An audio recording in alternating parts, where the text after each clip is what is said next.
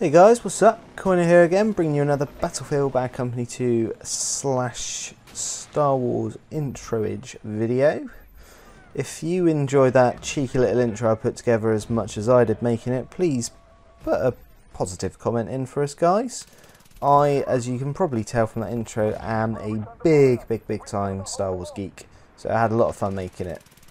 And what I might try and do is, if you guys are liking a bit of Star Wars themage on my videos, is try and drop a little bit more in. So if it's liked, we'll watch this space and see what else I can come up with my kind of semi-shit editing skills. I'm gradually getting better and better, but I'm nowhere near as good as pretty much everyone else on YouTube. I'm pretty fucking terrible, but there you go.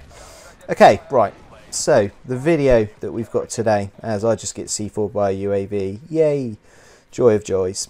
What we've got is defending against crate bashers, and what we were playing against here guys, it was a team who pretty much did every tactic you can think of under the sun to get an MCOM station destroyed. As you can see there, I think that was a tank taking that MCOM out. They were C4ing UAVs, they were C4ing MCOMs, I don't think so, sorry, they were C4ing quad bikes. They probably, if the game would allow it, they would have put C4 on themselves and suicided themselves into the MCOM station. That would not have surprised me at all. So, what we've got now, we've got the next base, and me and the guys I was playing with, we were extremely displeased, let's say, with the tactics that were being used against us.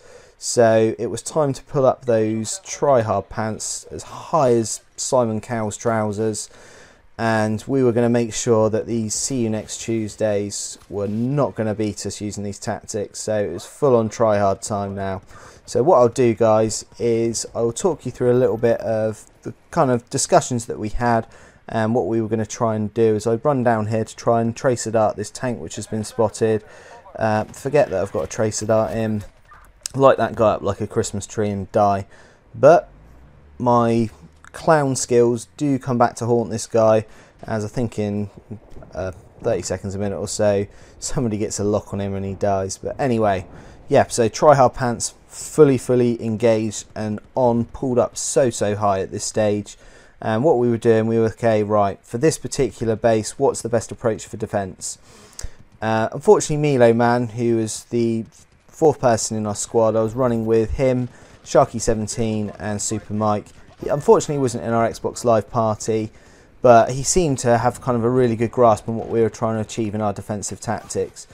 What we were trying to do was, as he was running an engineer kit, we wanted to have two engineers, so I ran the engineer kit, and what I said to the guys is, I'll just post up at this front spot here, in front of these sandbags, and I will just purely be on anti-vehicle duty, and A is my responsibility. So if anyone gets near A and I get taken out, I'll call it out. Any vehicles that come in, like this tank, quad bikes, the Black Hawk, they're my responsibility to take out.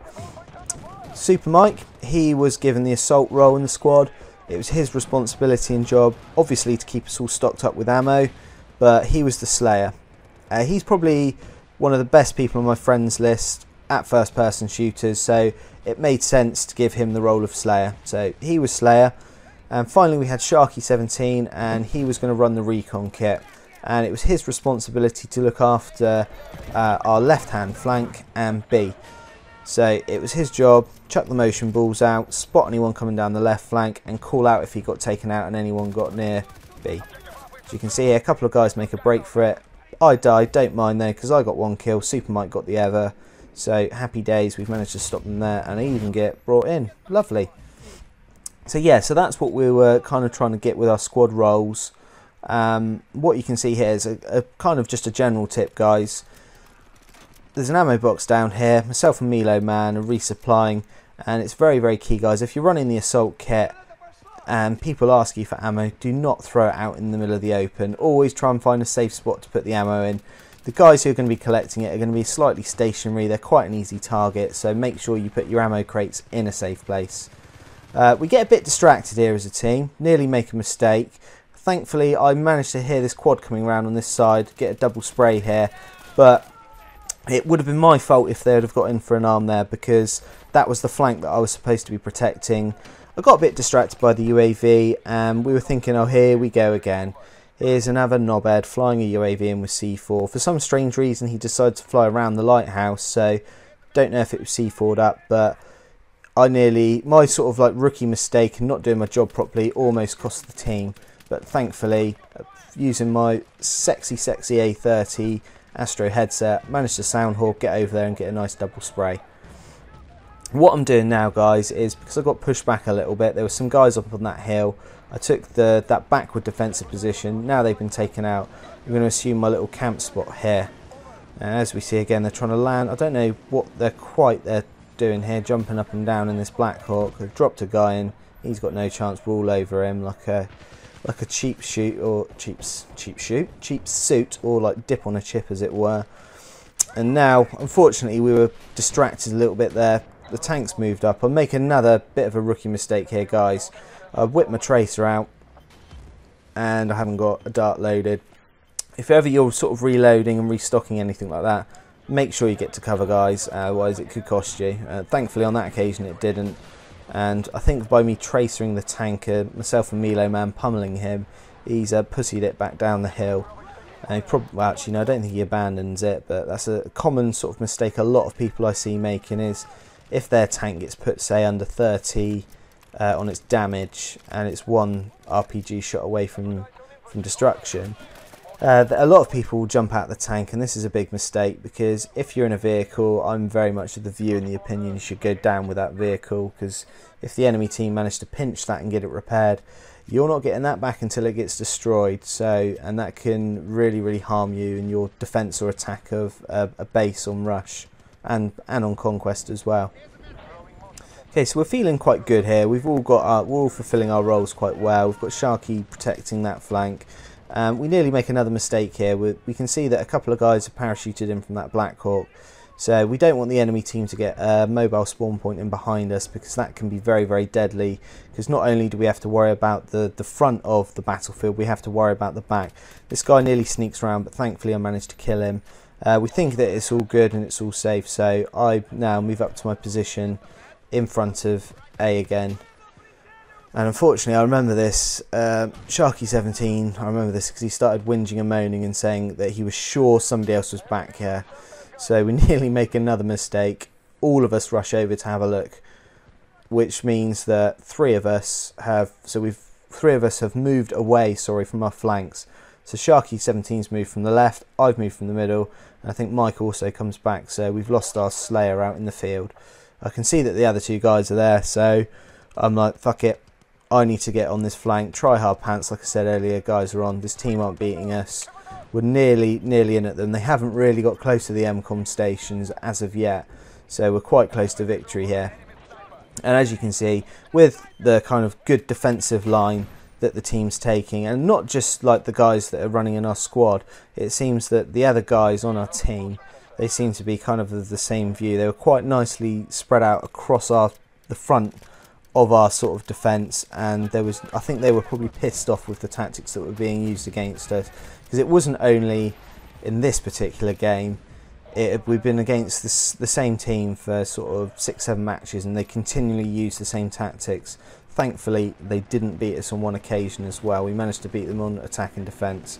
As I have a little bit of a tracer fail there. I think I do a nice bit of duck hunting there, take that guy out.